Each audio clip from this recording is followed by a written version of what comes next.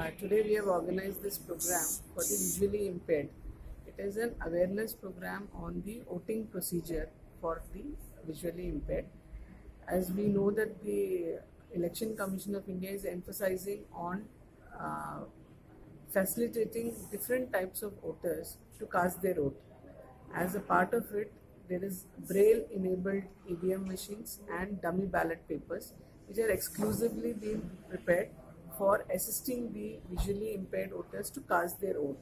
In that direction, today we have organized the first awareness program for the visually impaired voters from all over the North Goa parliamentary constituency, wherein we have brought our trainers, we have brought the EVM machines along with the dummy braille ballot papers, and we are giving a hands-on experience to the voters on how they would be voting on the day of poll. We are also making them aware of the various facilities that are available for such visually impaired voters. So we like to organize few more awareness programs of this kind as per our requirement. This will be one day workshop. It is a 2-hour workshop wherein all the procedures are being explained and hands-on experience is given. Accessible voting, which is conducting for the visually impaired, we are very happy that the North Goa collector is organizing this session. However, there are many persons with visual impairment in Goa who are not aware of Braille, and it is to be seen how the Election Commission reaches out to these people so that they can also cast their vote and vote in a just and fair manner.